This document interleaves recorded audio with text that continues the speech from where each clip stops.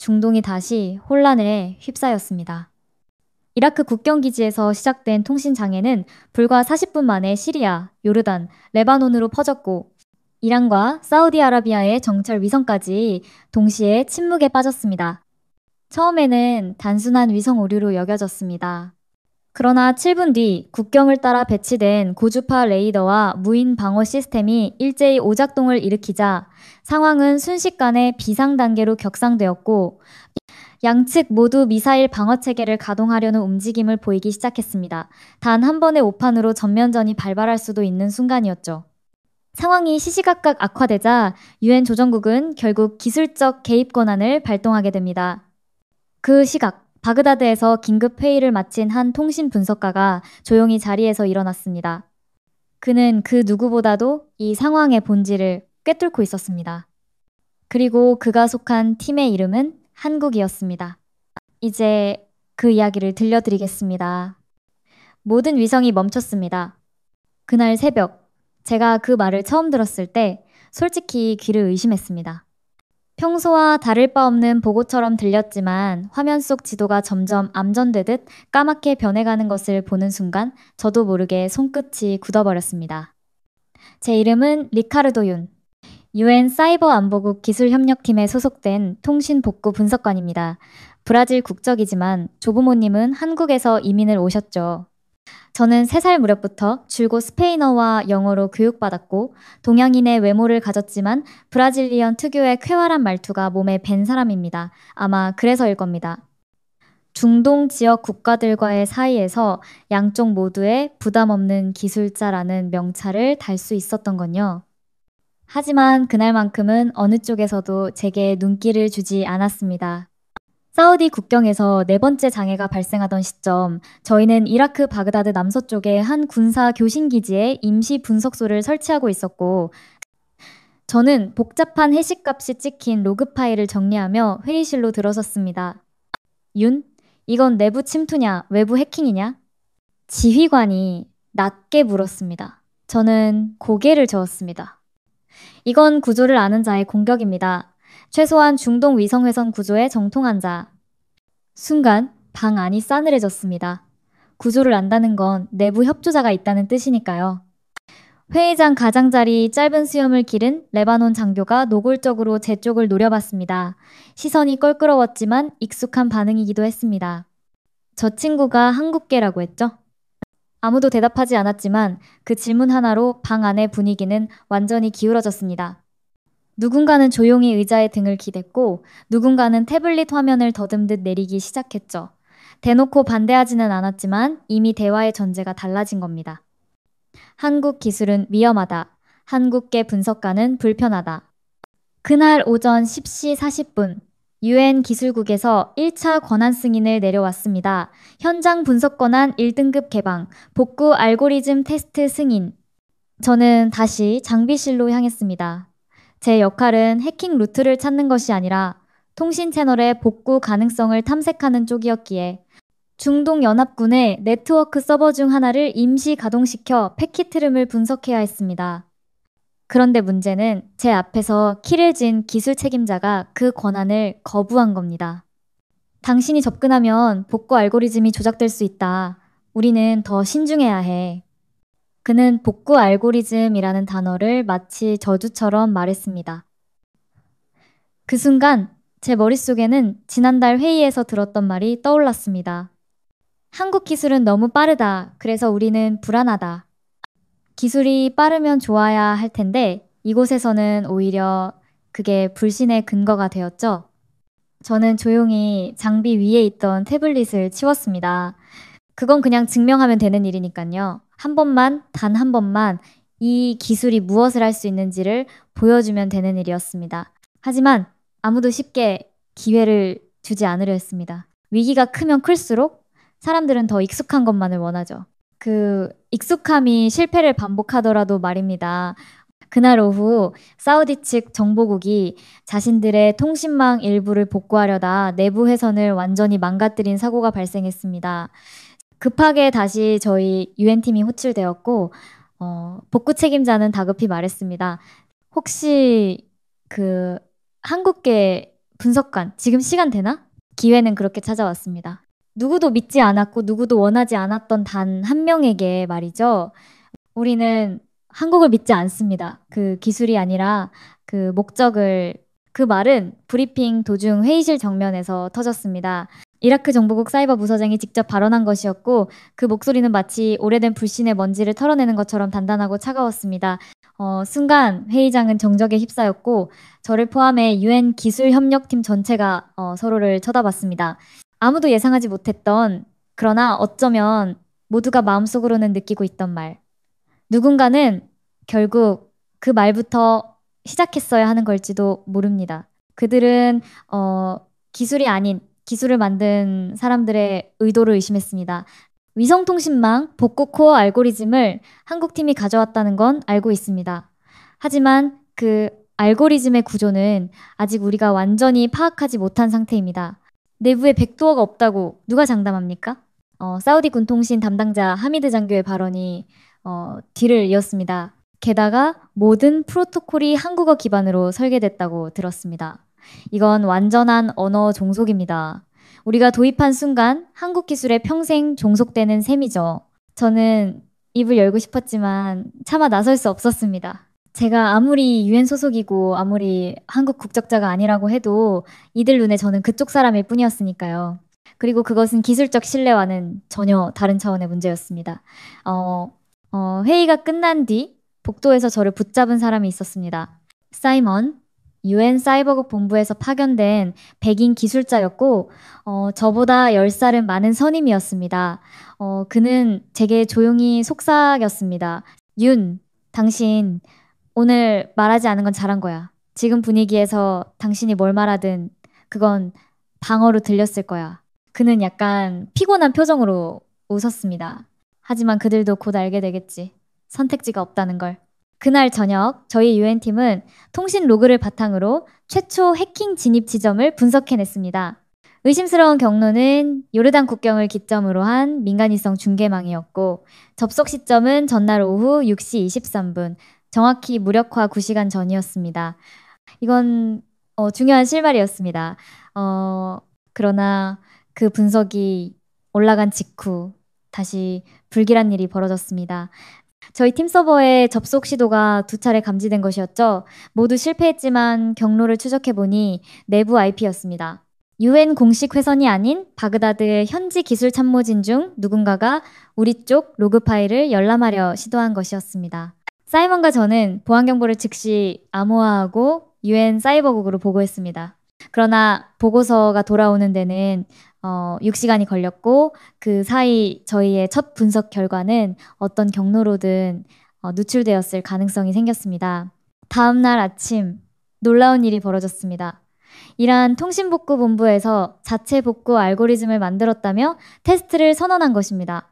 그런데 그 알고리즘 구조가 저희가 밤새 만들었던 복구 로직과 95% 이상 일치했습니다. 저는 그 문서를 보는 순간 손끝이 떨렸습니다. 그리고 곧 알 수 있었습니다. 우리 팀의 데이터가 유출된 것이고 그것을 기반으로 그들이 먼저 시도하려 한다는 것. 이건 명백한 도용입니다. 윤, 당신이 분석 로그를 보냈습니까? 사이먼이 묻는 순간 회의실 분위기가 다시 얼어붙었습니다. 아니요, 저는 아무에게도 공유하지 않았습니다. 로컬 암호화도 유지 중이고요. 잠시 정적이 흘렀고 팀장인 칼라가 고개를 끄덕였습니다. 우린 내 말을 믿는다. 그러나 현장은 달랐습니다. 그날 오후 이란 복구팀의 테스트가 부분 성공으로 언론에 발표되자 사우디와 레바논 쪽 언론에서는 UN팀의 개입은 더 이상 필요 없다는 성명을 내기 시작했습니다. UN 사이버국은 공식 입장을 내지 않았습니다. 대신 조용히 한 줄의 명령이 내려왔습니다. 한국 복구 알고리즘을 영시 정각에 직접 투입하라. 그 말은 달리 말하면 마지막 기회를 뜻했습니다. 더 이상 회의도 없고 설득도 없었습니다. 이제 결과만이 말할 수 있었습니다. 그리고 그 작업의 책임자는 바로 저였습니다. 0시 정각까지 남은 시간 11시간. 그러나 그 사이에도 다른 국가들의 자체 복구 시도는 계속됐습니다. 이란, 이라크, 그리고 마지막으로 미국과 유럽의 민간 복구 컨소시엄까지 현장에 들어왔습니다. 가장 먼저 움직인 것은 이란 복구팀이었습니다. 그들은 자신들의 알고리즘이 패킷 충돌 없이 다중 채널을 복구할 수 있다고 주장하며 유엔으로부터 90분간의 실험 권한을 얻어냈습니다. 현장 테스트는 이란 접경지대의 통신 포인트에서 시작됐고 처음 15분간은 특별한 이상이 없었습니다. 그러나 23분이 지났을 무렵 통신망에서 이상 신호가 감지되기 시작했습니다. 주파수는 안정되어 있었지만 데이터 패킷이 일정 주기로 반복 전송되며 시스템이 자기 중첩을 일으켰고 결국 인접한 요르단 쪽 통신망까지 과부하로 차단되고 말았습니다. 그들은 당황한 듯 시스템을 재시작하려 했지만 이미 망 내부에 자기 충돌 코드가 퍼진 상태였습니다. 중단하라. 즉시 종료하라. 유엔 감시관의 외침이 터졌고 이란 복구팀은 당황한 채 장비를 끄기 시작했습니다. 그러나 이미 통신 회복률은 시도 전보다 19% 하락해 있었습니다. 결과적으로 이란의 기술은 복구가 아니라 악화를 불러왔던 것이죠. 그 다음은 유럽팀의 차례였습니다. 독일과 프랑스의 기술자들이 주도한 민간 협력 복구팀은 자체 인공지능 분석 기반 위성 재매핑 기술을 시도했습니다. 신호망을 재배치해 기존 통로를 우회할 수 있다는 설명이었지만 결과는 기대와는 달랐습니다. AI가 설계한 대체 경로는 중복된 폐쇄 채널을 통과하고 있었고 이로 인해 레바논 측의 군사 위성에 의도치 않은 테스트 신호가 전송되고 말았습니다. 그 신호를 받은 레바논 정보국은 즉시 이스라엘 방위군에 상황 공유를 요청했고 이스라엘은 전 지역 정찰 위성 위치를 변경하며 군사 경계 단계를 상향 조정했습니다. 즉, 단 한 번의 테스트가 국경 전체의 군사 긴장을 한 단계 끌어올린 것입니다. 이런 식이면 우린 통신망이 아니라 전면전을 복구하게 될 겁니다. 사이먼이 피곤한 눈으로 속삭였습니다. 유엔 본부는 즉시 유럽팀의 테스트를 중단시켰고 감시관들은 기술 장비를 봉인하였습니다. 회의실 안은 점점 냉랭해졌고 어느 누구도 다시 복구 시도에 나서려 하지 않았습니다. 그러나 한 국가만은 예외였습니다. 미국입니다. 미국은 유엔의 기술적 판단을 존중한다며 처음엔 개입을 자제했지만 이 시간 후 미 국방성 직속 사이버국이 주도하는 별도 복구팀이 이라크 측에 도착했습니다. 그들은 유엔이 아닌 이라크 정보국의 초청으로 움직였고 이를 통해 우회적으로 개입한 셈이었습니다. 그들의 방법은 전공법이었습니다. 루트 알고리즘을 단순화하고 모든 채널을 일괄 재시작한다. 이는 마치 복잡하게 얽힌 회선을 모두 뽑았다가 다시 꽂는 것과 같았죠. 결과는 더욱 참담했습니다. 15분 만에 이라크, 쿠웨이트 경계의 민간위성 송신기 하나가 과전류로 타버렸고 통신망의 18%가 물리적 손상을 입었습니다. 미국은 곧바로 철수했고 이라크 측은 공식 항의를 유엔에 접수했습니다. 그 순간 회의실에 앉아있던 저희 유엔팀에게 다시 시선이 쏠렸습니다. 이제 당신들이 말하던 그 알고리즘, 정말 그게 통하나요? 그 질문에 저는 대답하지 않았습니다. 대신 시스템을 켰습니다. 오직 결과로만 증명할 수 있다는 걸 이제 모두가 깨달았을 테니까요.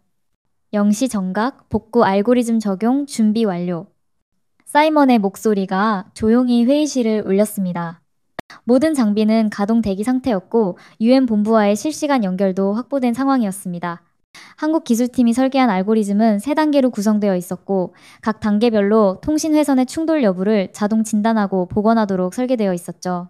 저는 손에 들린 키 하나를 내려다보았습니다. 그 키를 누르는 순간 모든 게 시작될 테니까요. 그러나 그 순간 문이 열리며 한 무리의 인물이 회의장으로 들어섰습니다. 이라크 정보부 고위 장교와 사우디 국경 통제국 대변인이었습니다. 그들은 단도직입적으로 말했습니다. 작동을 중지하십시오. 지금 이 순간부터 우리는 어떠한 외부 알고리즘도 받아들일 수 없습니다. 회의장은 얼어붙었습니다. 유엔 사이버 안보국장인 칼라는 단호하게 물었습니다. 무슨 근거로 작동을 중단하라는 겁니까? 사우디 측 대표는 테이블 위에 서류를 올려놨습니다. 이라크, 사우디 연합 방어협약 제8조 군사통신망에 외국 기술 투입 시 상호 동의 필요. 그 조항을 근거로 복구 작업을 국가안보 침해로 규정하며 긴급 중단을 요구한 것이었습니다. 그들은 말했습니다. 기술은 도구지만 도구는 주인의 손에 있어야 합니다. 한국 알고리즘이 완전 자동화라면 우린 그 순간 제어권을 잃는 셈이죠. 그 말은 사실이었습니다. 한국 기술은 자동 복구 후 수동 통제가 아니라 문제 발생 이전의 상태로 복원하는 구조였기 때문에 알고리즘이 작동되는 동안엔 통제권이 잠시 외부에 위임되는 셈이었습니다. 이건 단순한 기술 문제가 아니었습니다. 정치적, 군사적 통제권에 대한 민감한 문제였죠. 유엔 내에서도 갑론을 박이 시작됐습니다. 우리가 그들의 허락 없이 작동시키면 침해가 됩니다. 하지만 그들이 허락하지 않으면 우리는 5개국 전면전을 막을 수 없습니다. 결국 유엔 위기조정국은 복구 알고리즘 실행을 보류하고 1시간 뒤 다시 회의를 열기로 결정했습니다. 그 순간 제가 앉아있던 장비실에서 작은 알림음이 들려왔습니다. 경고, 위성교신 지연, 남부 요르단 지역, 신호 손실 시작. 이건 명백한 사인입니다. 시간이 없다는 것. 망이 무너지는 순서는 생각보다 빠르며 한 번 무너지면 되돌리기 어렵다는 것.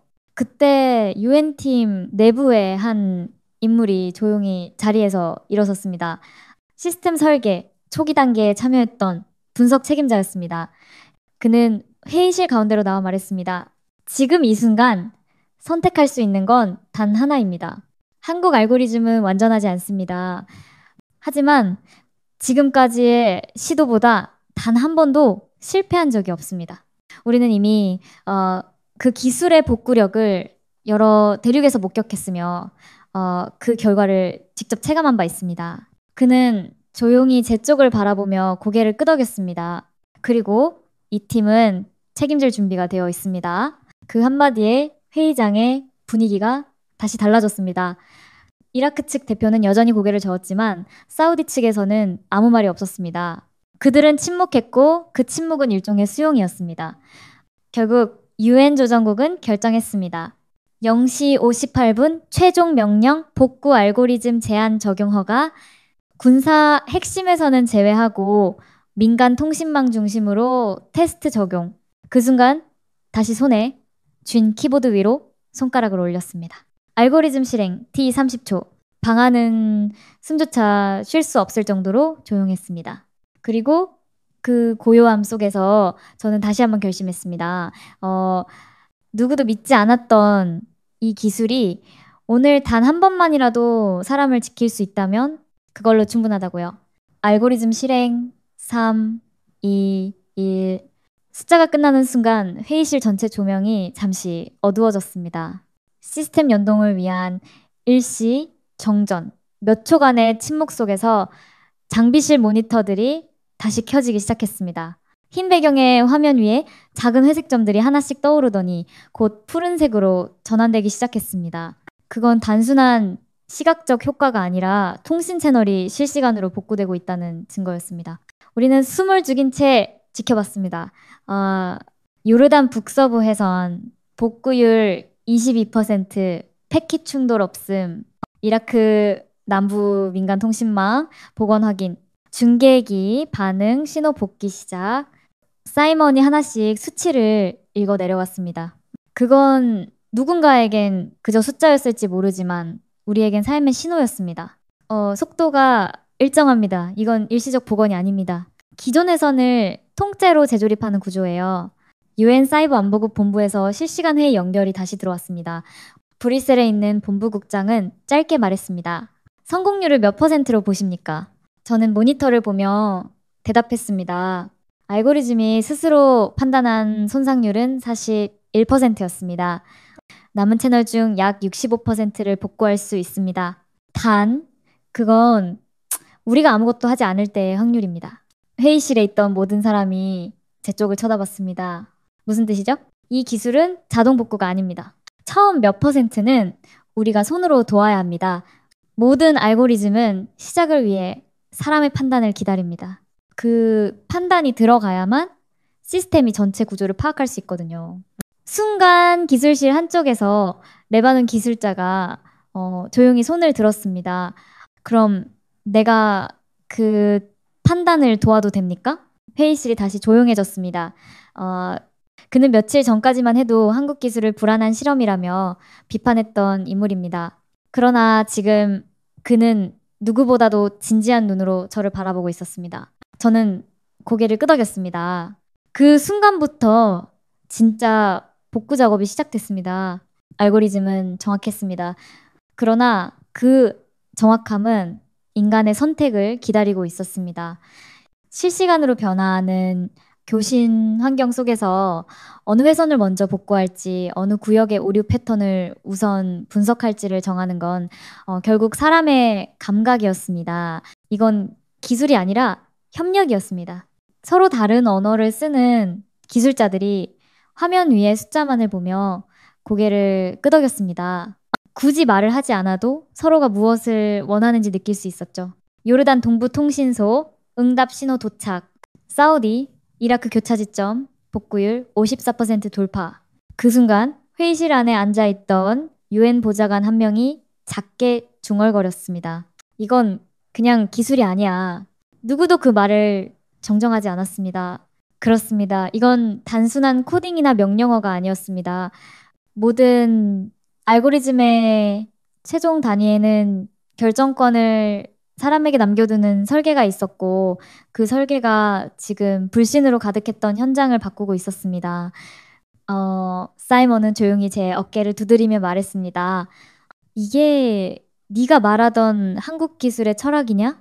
저는 대답하지 않았습니다. 대신 화면 속 파란 점 하나가 마지막으로 반짝이는 걸 지켜봤습니다. 그리고 그 옆에서 그토록 날 선반응을 보이던 이라크 군사기술자가 조용히 고개를 숙였습니다. 이 기술이 아니라면 우리는 끝났을지도 모릅니다. 그 한마디는 그 어떤 회의보다 더 많은 것을 바꿔 놓았습니다.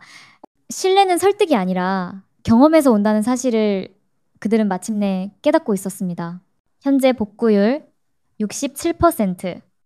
중동 4개국의 민간 위성 통신망이 연결되었고 긴급방송 체계가 단계적으로 작동을 재개하기 시작했습니다.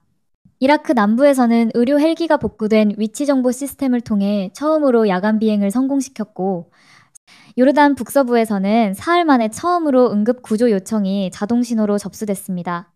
모든 것이 좋아지는 듯 보였습니다. 하지만 정작 복구가 진전될수록 불편한 시선도 늘어나기 시작했습니다. 첫 번째 공식 반응은 유럽 사이버 안보위원회에서 나왔습니다. 그들은 UN 본부에 긴급 보고서를 제출하며 이렇게 지적했습니다. 한국 복구 알고리즘은 분명 기술적으로 탁월하다. 그러나 그 기술이 통제되지 않고 독립 실행되고 있다는 점은 심각한 안보 리스크다. 우리는 기술이 아니라 의사결정권의 흐름을 검토해야 한다. 곧이어 미국 국방부 산하 사이버 사령부도 입장을 냈습니다. 그들은 더 노골적이었습니다. 이번 사태는 단순한 복구 시범이 아니다. 한국이 UN이라는 우산 안에서 자체 사이버 질서 구축 실험을 했다는 해석도 가능하다. 향후 국제 사이버 대응에서 한국 기술이 독점적 기준이 된다면 미국과 동맹국은 전략적으로 불리해질 수 있다. 결국 UN 본부는 다시 긴급 조정 회의를 열게 됐습니다. 영상회의 화면에는 전 세계 각국의 대표들이 얼굴을 비추고 있었고 화면 한쪽에는 중동 복구 임시 상황 지도가 떠 있었습니다. 우리가 지금 논의할 것은 기술적 복구의 다음 단계입니다. 하지만 동시에 그 복구를 누가 결정할 수 있는가에 대한 문제이기도 합니다. 회의를 주재한 UN 안보리 기술 담당 이사는 단호한 어조로 말했습니다. 그리고 곧 복구를 직접 주도하고 있는 우리 팀의 권한과 향후 사용 여부를 놓고 격렬한 논쟁이 벌어졌습니다. 복구 알고리즘은 즉시 중단되어야 한다. 우리는 이 기술의 모든 구조를 분석한 것이 아니다. 한국이 설계한 코드의 전 권한을 국제기구로 이관해야 한다. 기술은 전 세계의 것이 되어야지 한국가의 힘을 확장시키는 수단이 되어선 안 된다. 이런 주장들이 쏟아졌고 그동안 아무 말 없던 UN 사이버 안보국 본부장은 한 줄의 말을 회의록에 남겼습니다. 그러나 우리가 지금 목격한 것은 어떤 나라도 해내지 못한 것을 단 9시간 만에 해낸 팀입니다. 그들이 가진 건 기술이 아니라 책임에 기반한 설계 구조입니다. 회의는 결론 없이 정회되었고 결정은 다음 날로 미뤄졌습니다. 하지만 회의장 밖 실제 현장에서 벌어지고 있는 현실은 달랐습니다. 사우디 기술팀장인 알라미는 그날 저녁 우리 장비실로 직접 찾아와 말했습니다. 정치가 기술을 늦추는 건 이해합니다.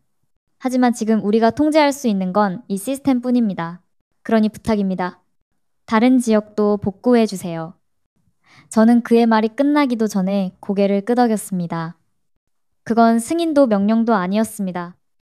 단지 같은 현장에서 같은 절박함을 공유하고 있는 동료 기술자의 요청이었죠. 그리고 바로 그 순간 저희 장비 모니터에서 새로운 메시지가 떴습니다. 남부 시리아 접속 시도 확인. 지하 신호망 패턴 복구 요청 감지됨. 복구는 기계가 아닌 사람들 사이에서 계속되고 있었습니다. 바로 그 점이 기술을 기술 이상으로 만들어주고 있었던 것이죠. 현재 복구율 82%. 그 숫자가 처음 화면에 찍혔을 때 저는 고개를 들 수 없었습니다. 그건 단순한 수치가 아니었습니다. 말 그대로 4개국 11개 도시에 빛이 돌아왔다는 뜻이었습니다. 사이먼은 여전히 키보드 앞에 앉아 연산 보고서를 정리하고 있었고, 저는 각국 기술자들이 보낸 피드백을 하나하나 검토하고 있었습니다.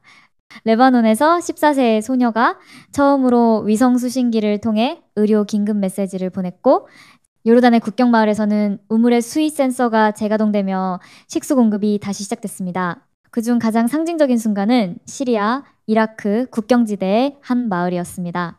6일째 연락이 두절되었던 곳이었고 모든 위성망이 단절된 상태였습니다.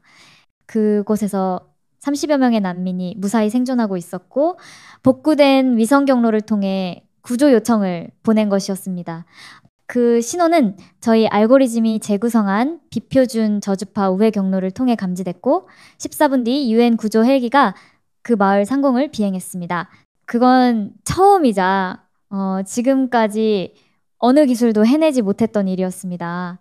도대체 이걸 어떻게 한 겁니까? 사이먼 옆에 앉아있던 이라크 통신기술국 수석이 중얼거리듯 말했습니다. 그는 며칠 전까지만 해도 알고리즘 구조를 공개하라며 저희를 압박했던 인물이었습니다. 저는 조용히 대답했습니다. 기술을 설계한 사람들은 회복을 전제로 프로그래밍하지 않았습니다. 그들은 신뢰를 전제로 설계했습니다. 그 말이 무슨 뜻이냐고 묻는 이도 있었지만 곧바로 신뢰가 등장했습니다. 사우디 민간 통신망에서 마지막까지 복구되지 않던 통신회선 하나가 있었습니다. 기술적으로는 이미 완전히 무너진 상태라 아무도 기대하지 않았던 부분이었죠. 그러나 알고리즘은 끝까지 그 채널을 포기하지 않았고 결국 서로 다른 두 회선을 접목시켜 새로운 회복 경로를 만들어냈습니다. 기존 알고리즘은 오류로 간주하고 회피하던 경로였지만 한국 기술은 그것을 분석 대상이 아닌 기회로 인식했던 겁니다. 이건 인간처럼 생각하네요. 레바논 대표가 그렇게 말했을 때 저는 처음으로 웃을 수 있었습니다.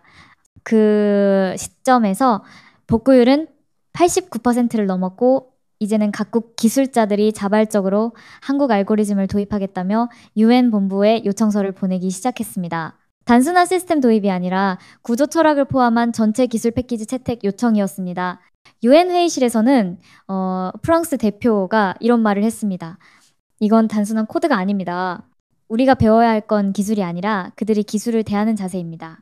그 누구도 반박하지 않았습니다. 그동안 한국 기술에 의심을 품었던 이들조차 이제는 이 기술이 얼마나 단단하고 유연한지 또 인간 중심으로 설계되었는지를 실감하고 있었습니다. 그리고 결정적 장면은 회의 마지막에 벌어졌습니다. 이라크군 통신 담당 장교였던 하미드가 발표를 마치고 조용히 서류 하나를 회의장 중앙 테이블에 올려놨습니다. 그 서류에는 이렇게 적혀 있었습니다. 한국기술 복구 알고리즘, UN 사이버 안보국 국제표준기술 지정 요청서. 모든 이가 그 문장을 보고도 한동안 말이 없었습니다. 그건 단순한 복구 요청이 아니라 세계 기준을 바꾸겠다는 선언이었습니다. 그 순간 저는 알 수 있었습니다. 처음엔 그저 누군가의 부탁으로 이 기술을 적용한 것이었고, 단 한 명이라도 더 살아남기를 바라는 마음뿐이었지만, 지금은 그 기술이 세계를 움직이는 기준이 되어가고 있다는 것을요. 그리고 그거는 그 기술이 가장 먼저 사람을 생각했기 때문이었습니다. 그 일이 있고 나서 UN 중동사이버 조정센터는 전 세계에서 쏟아지는 문의로 마비 상태에 가까워졌습니다. 누가 이 알고리즘을 설계했는가, 어디에서 개발되었는가, 어떤 회사가 이 기술에 특허를 갖고 있는가 전혀 찾을 수 없습니다. 소스코드에는 어떠한 브랜드도 개발자 이름도 심지어 주석조차 없습니다. 유럽사이버위원회 기술팀의 말이었습니다. 그들은 놀라운 속도로 복구되는 알고리즘을 분석하면서 단 한 가지에 집착했습니다. 누가 이걸 만들었는가? 그러나 끝내 그 질문은 답을 찾지 못했습니다. 왜냐하면 코드의 첫 줄부터 마지막까지 그 누구의 흔적도 남아있지 않았기 때문입니다. 대신 하나의 문장만이 고정된 메모 안에 남아있었죠. 모든 기술은 사람을 위해 존재해야 한다. 기억이 아니라 생존을 위해서. 유엔 본부는 그 문장을 회의록 표지에 실었습니다. 누가 썼는지 알 수 없었지만 그것이 그 기술의 정체성이라는 것만은 확실했으니까요. 그때서야 사람들은 하나둘 묻기 시작했습니다. 현장에서 실제로 일한 한국 기술자는 누구였습니까? 그 복구 알고리즘을 수정한 사람은 어디 있습니까? 그 책임자는 지금 어디에 있습니까? 그러나 아무도 대답하지 않았습니다. 왜냐하면 그들은 이미 떠나고 있었기 때문입니다. 우리가 있던 장비실 한켠 기술 모니터에 마지막 로그를 남긴 이는 한국에서 파견된 젊은 기술자였습니다. 그는 복구율이 91%를 넘긴 날 새벽 사이먼에게 이렇게 말했습니다. 이제 제 역할은 끝났습니다. 남은 건 그 기술을 믿는 사람들이 알아서 할 일입니다. 그리고는 출입 기록조차 남기지 않은 채 사라졌습니다. 그는 어떤 보상도 공식 인터뷰도 인증서도 받지 않았습니다. 그저 몇 줄의 코드와 복구 매뉴얼 한 권만을 테이블에 남겼을 뿐이었죠. 심지어 기술자 명단에서 가장 마지막에 있던 이름 하나. 문서상으로는 김이라는 성 외엔 아무 정보도 없는 그 인물은 사우디 이라크 복구 해선을 밤새 재조립한 뒤 전원 버튼을 끈 채 조용히 현장을 빠져나갔습니다.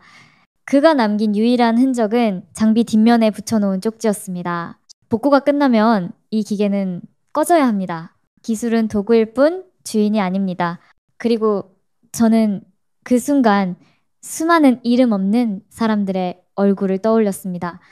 거대한 위기 속에서도 누군가는 묵묵히 회선을 연결하고 회의록을 정리하고 식사를 나르며 그저 조용히 뒤에서 이야기가 이어지도록 만들고 있었다는 것.